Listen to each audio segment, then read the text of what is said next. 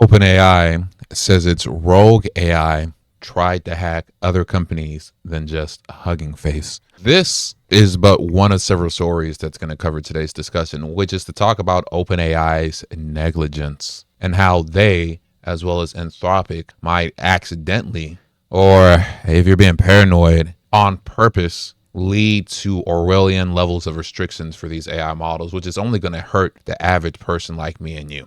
So in summary, based off of the information we're getting from OpenAI, they report that their rogue agent that was running inside of a test environment attacked more than just a single company.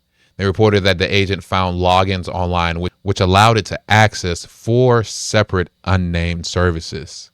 To keep you guys in the loop, about a week or so ago, OpenAI reported to Hugging Face that during testing, one of its AI agents broke out of a sandbox, used a package proxy to get access to the internet, broke into Hugging Face's test environments, and then exfiltrated test answers. Now, if you believe all of that was done autonomously without the AI agent, I have some beachfront property to sell you, right? It's got a great interest rate, premium views, right? Give me a call. I got a deal for you. Since that hack, OpenAI has admitted that its agents attacked more than just one service. But to note, it hasn't told us which services were attacked, which companies were affected, or how this hack played out. Now, let's talk about conspiracies, right? That's why you tune into this channel. Let's talk about the possibilities behind this hack, right? I kind of talked about it short form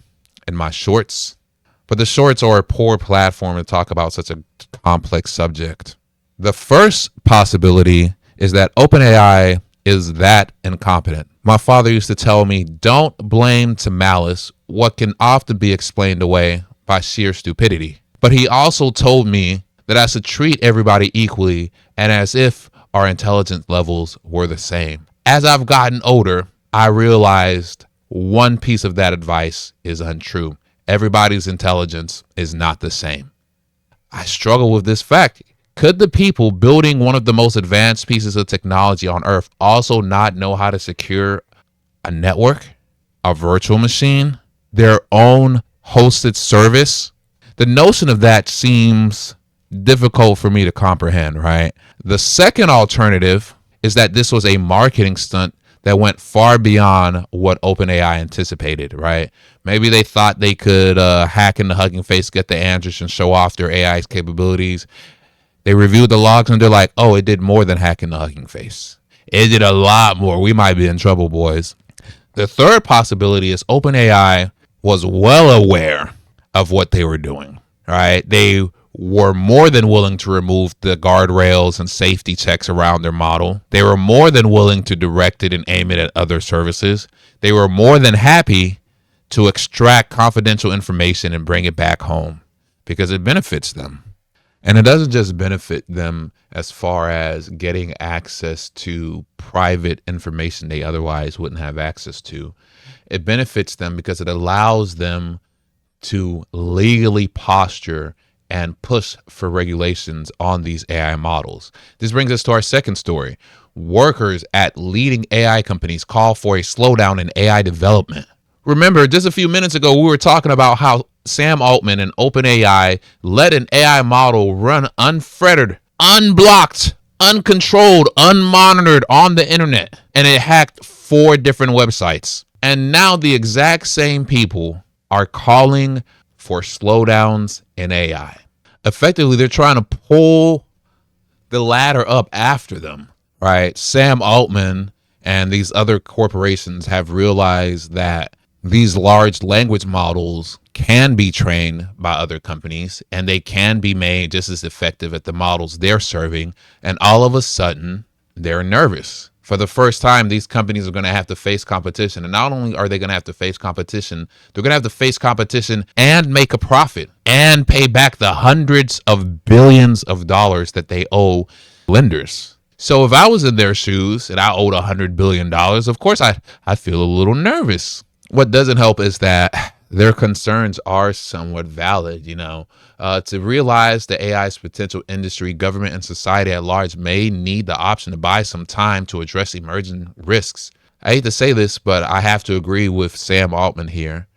The wise choice as a society would be to slow down the development of AI and slowly roll out these changes. However, America's not the only country with AI. Do you think the Chinese are going to slow down their AI development? Do you think if the Chinese could get a model that outperforms the likes of Fable or Claude 5.0, that they wouldn't immediately start using it and serving it to their people? They 100% would. And as a response, we would come out with our own model with even more features in order to compete with them. Basically, the genie is out of the bottle, the cat's out of the bag. This technology is out there, and calling to restrict it is not the same thing as being able to restrict it.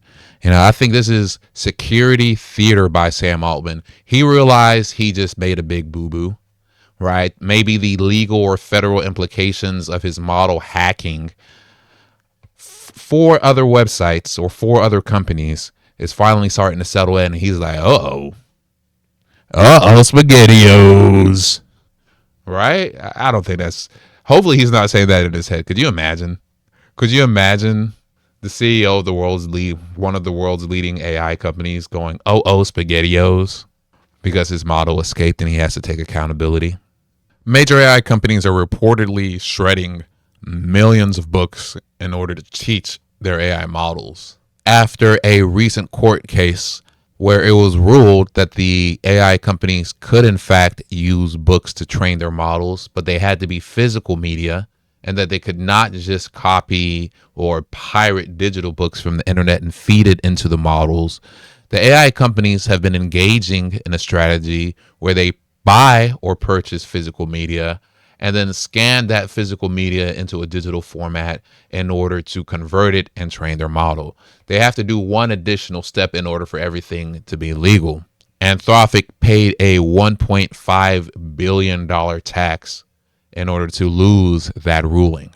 The downside to this is that their process to scan the books actually ends up destroying the media. Apparently, the AI companies are doing everything from buying 1,000 copies of the same book to buying as many as 1 million books at a time. So, 1 million individual unique titles, each with their own unique contents in order to train their model. I want to know what you guys think about this. What's your opinion on these large language model companies? Because we say AI, but let's be honest and specific with the technology here, right? What is your opinion on these large language model companies destroying physical media in order to train their models? Them destroying physical copies of Harry Potter don't really bother me. What does bother me is the possibility that they could have extremely rare books, extremely rare works of fiction or history or science, and they could then destroy this book in order to scan it into their model. And the only source of truth from here on out about that book or about that piece of information is stored within the weights of the model. This wouldn't be a problem if the model was made open source and freely available for everybody on Earth, right? If you're going to steal and pull all the world's information, make that information available for all to use. Don't put it behind your artificial paywall. Well, don't put it behind your paywall and then charge me to access it, right? That's ridiculous. You can charge me for the compute costs, yeah, but charging me as if you created or invented that piece of information or destroying its original work so I no longer had access to it is insanity. Let me know what you guys think about this in the comments section down below. Please feel free to leave your honest opinion, right?